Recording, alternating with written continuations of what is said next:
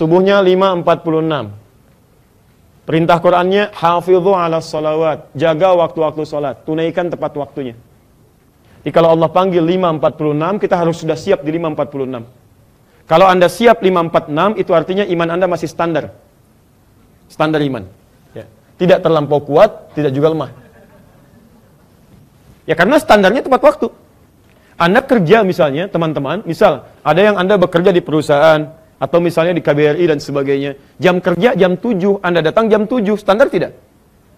Standar. Kalau jamnya jam 7, Anda datang jam 6, hebat itu. Baik ya? Jadi kalau dipanggil subuh 5.46, Anda datang jam 5.46, berarti iman kita standar. Anda datang dari jam 4 misalnya. Ya tahajud dulu, Masya Allah, zikir dulu, istighfar dulu. Seperti Quran, surah ke-51, ayat 15 sampai dengan ayat 22-nya itu. Baik ya, ada yang tahajud dulu, kemudian istighfar, kemudian banyak berdoa kepada Allah, baru dipanggil salat subuh, kemudian sudah siap dia. Ini artinya iman Anda levelnya di atas standar, kuat iman Anda. At-Tirmidzi nomor hadis 414. Bukan Tirmidzi ya. Awas, bukan Tirmidzi, bukan Turmudzi, tapi At-Tirmidzi. Karena ini bukan nama aslinya, nama aslinya Muhammad.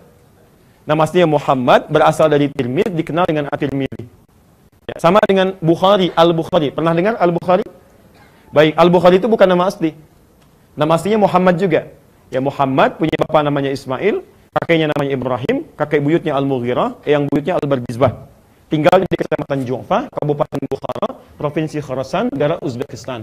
Nah, saya mau tunjukkan rumus begini. Kalau Anda menemukan kalimat-kalimat al atau at ujungnya i, ini menunjukkan nama daerah.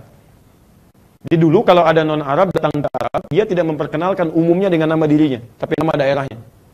Ingin memberikan kesan bahwa Islam sudah sampai ke daerah saya, ini buktinya saya masuk Islam.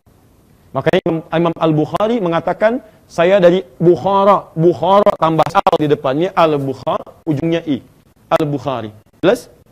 Baik, ada orang tua kita dari Banten, Imam Nawawi, Nawawi Al-Bantani, Ahmad Khatib Al-Minangkabawi, Syekh Yusuf Al-Makassari, Syekh Yasin Al-Padani, Abdul Somad Al-Palembang.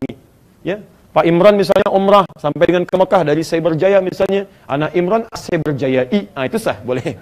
Ya. Tirmidzi nomor hadis 414. Dari Ummu Habibah, man shalla 12 raka'atan. Ya, man shalla 12 raka'atan. Siapa yang salat 12 rakaat fi yaumin wa lailatin, yang mengiringi salat fardunya dari siang sampai malam. Arba'an qabla dhuhri, 4 rakaat sebelum zuhur. 4 rakataini ba'daha, 2 rakaat setelah zuhur. 4 tambah 2, 6. Rakataini ba'dal maghrib, 2 rakaat setelah maghrib. 8 rakataini ba'dal isya, 2 rakaat setelah isya. 10 rakataini qabla subhi, 2 rakaat sebelum subuh. 12. Dari hadis ini bisa disimpulkan salat rawatib jumlahnya berapa rakaat? 12 rakaat. Tadi kita sudah kelewatan subuh, sudah terlewat zuhur. Kalau Anda hari ini ada yang terlewatkan, maka besok, mohon maaf, jangan kelewat lagi. Itu pun kalau besok masih hidup. Tuh. Jadi kalau merasa belum tentu hidup keesokan harinya, kalau ada waktunya jangan sempat Anda tinggalkan. Itu maksudnya. Baik. Kalau tidak sempat zuhurnya, sebelum zuhur 4 rakaat, Anda boleh mengerjakan 2 rakaat. Karena kadang-kadang di beberapa masjid, waktu sholat untuk sunnahnya tidak sepanjang waktu di tempat lainnya. Kalau Anda tidak menemukan bisa 4 rakaat, Anda cukup kerjakan 2 rakaat. Itu boleh. Hadisnya nanti di Al-Bukhari, nomor hadis 812, riwayat Ibnu Umar radhiyallahu taala anhuma. Hafidtu min Rasulillah sallallahu alaihi wasallam 10 rakaat. Saya pernah hafal salat sunnah dari Nabi 10 rakaat. Rakataini qabla dhuhri, 2 rakaat sebelum zuhur. Yang lainnya sama. Jelas? Baik, satu misal ini. Maaf, salat mutlak. Ini dibagi 2. Mohon izin, ada yang dekat waktunya dengan salat fardu, ada yang jauh waktunya dengan salat fardu. Salat mutlak itu adalah salat yang tidak terkait langsung dengan salat fardu. Ya, walaupun waktunya bisa berdekatan atau berjauhan dengan salat fardu. Yang berdekatan, misal, maaf, salat sunnah sebelum asar. Ada salat sunnah? Halo? Ada? Pernah dengar? Berapa rakaat? 2, kemudian yang lainnya? 4, yang bilang 2 angkat tangan. Baik, yang 4? Sisanya wallahu alam. Baik. Kembalikan sini. Dari mana tahu dalilnya ada salat sunnah sebelum asar? Anda bisa buka di Abu Daud, hadis riwayat Abu Daud. Abu Daud itu nama aslinya Sulaiman, dari Sijistan, dikenal dengan Sulaiman As-Sijistani. hafal 500.000 hadis. Tidak hanya hafal, tapi lisannya lunak mengucapkan hadis. Kalau ditanya ini sahih, ini dhaif, ini palsu. Saking lunaknya, kata Ibnul Qayyim Al-Jauziyah, kalau dulu ada nabi bisa melunakkan besi dengan tangannya, dikenal dengan Nabi Daud, maka Anda adalah Abu Daud, bisa melunakkan hadis dengan lisannya. Sejak saat itu dikenallah dengan nama Abu Daud. Nomor hadis 1257. Dari Ibnu Umar radhiyallahu taala anhuma, rahimallahu ra'an shalla qabla al-'asri arba'an. Allah akan merahmati, lihat, nggak ada kaitan langsung dengan sholat fardunya, tapi ada pahala khusus dalam sholat ini, walaupun waktunya dekat dengan sholat fardu. Rahimallahu ra'an, Allah akan merahmati seseorang, shalla qabla al-'asri arba'an, yang sholat 4 rakaat sebelum asar.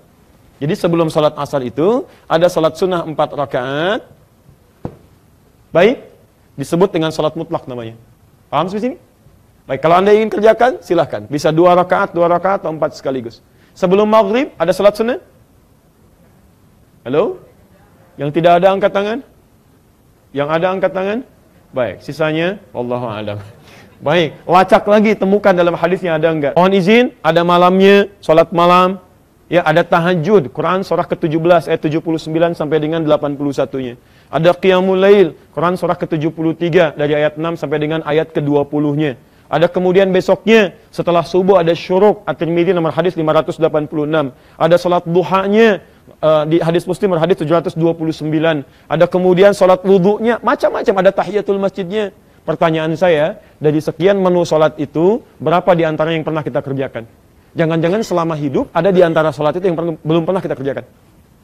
Masa ada anak 7 tahun, dia sudah mengerjakan semuanya ini. Anda diberikan 70 tahun, sampai sekarang masih fardu aja. Anda kapan mau bisa nambahnya? Paham ya?